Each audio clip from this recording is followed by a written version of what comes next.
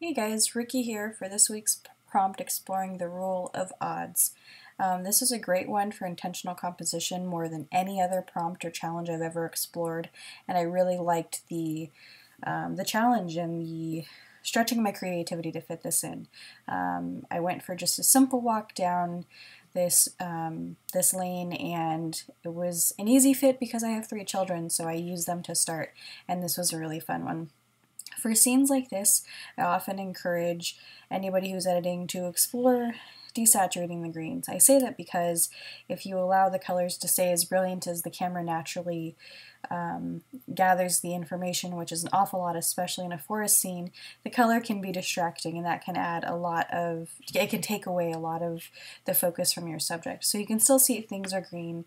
I don't want to remove too much because then you really get into looking like everything's dying. So I do like just to take away enough to remove distraction but still keep it pretty authentic to the fact that we are in a very forested area and there is a lot of green. The yellows are another comparable color to consider when editing in this scene.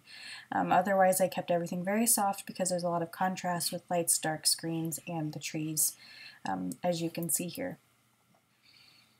This was another one that I really tried to use, and one of the fun challenges of this was that I wanted to use as shadows. I saw these 3 here and I was like, oh, that's perfect. It's a fun way to use light and shadows for the rule of thirds. And then after I took the photo, I see this 4th one over here. So it didn't work quite as well. I thought about editing it out, decided it wasn't quite worth it, but I did like it for using the shadows, and because this one's a little separated and it's kind of grouped differently, it actually kind of keeps more of an uneven feel to me, and of course there are other shadows here that kind of distract from it. So just another fun way to look at it. There are also these 3 trees that kind of highlight, or they're kind of more of the main focal point of trees versus like this one here, which creates this 4th shadow. You can't quite see it as well. It's not quite as prominent as the first 3. So there are some different ways to look at this.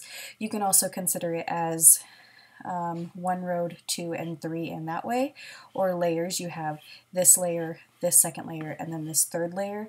So the rule of thirds is not restricted just to having 3 specific subjects, like 1, 2, 3 trees, or 5 or 7 or 9 or whatever. But I really like to think of it in broader terms, as in layers, light, color, contrast. It doesn't have to be, again, just 3 main subjects, but that is kind of the easiest way to approach it. So that's going to be pretty much the main focus, but I look forward to seeing the photos you guys come up with, and I hope that you enjoy it as much as I did, because it really is an interesting challenge to explore. Here is another one. I really went with the trees just because there are so many around me. This one here was 1 tree, 2, and this grouping created a 3rd. What I liked about this is that there are clearly more trees than just 3. You can see there's at least 3 right here, there's some over here, this one, there's 2, and there's at least 3 right here. So one of the other important elements to consider is how you can group objects together. So if you did have an even number or a multiple amount, it's the way that I positioned myself in this particular sense. Like I created this foreground framing from some shrubs nearby, and then there's kind of light to soften each side, and I was able to visually kind of place these to where they were grouped oddly, if you will.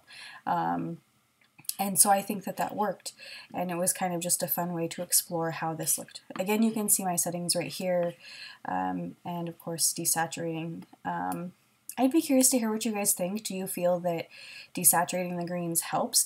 Or do you prefer to have it at full strength? Do you prefer it at less strength? Does it seem distracting of a color to you as it does to me?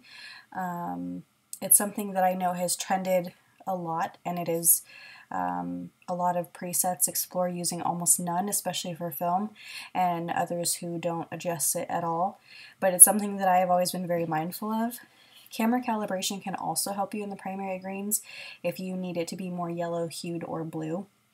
You can shift that up, or shift that adjustment up in the HSL color panel too, but I really like to use it here.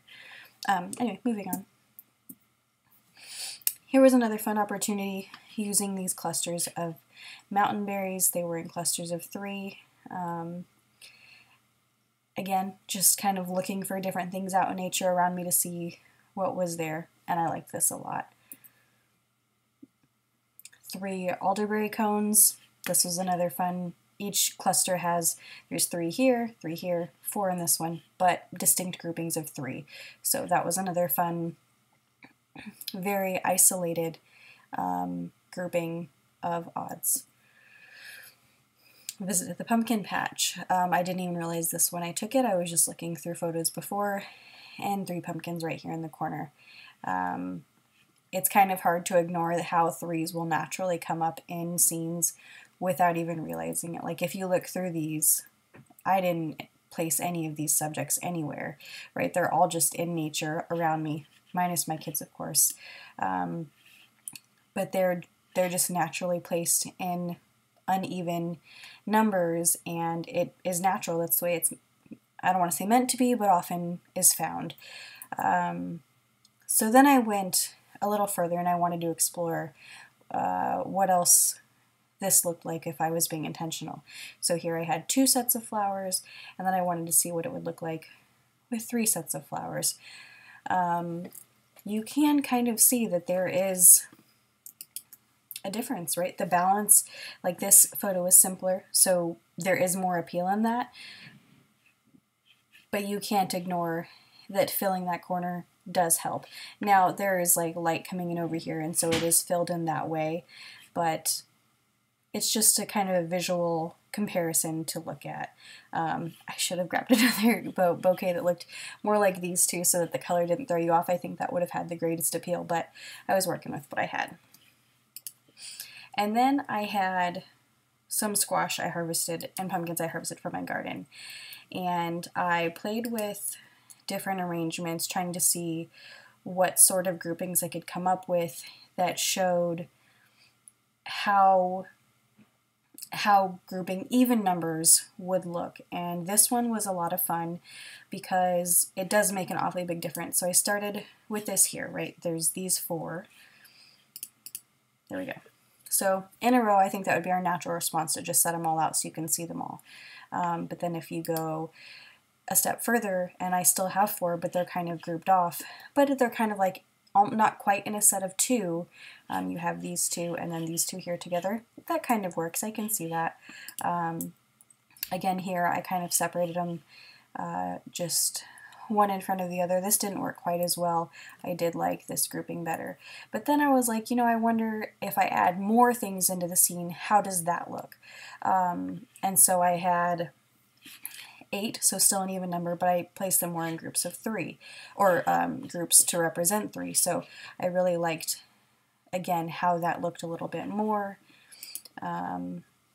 Another perspective with grouping, I didn't like that one as much. And this is a good example of how you adjust your angles and where you position yourself.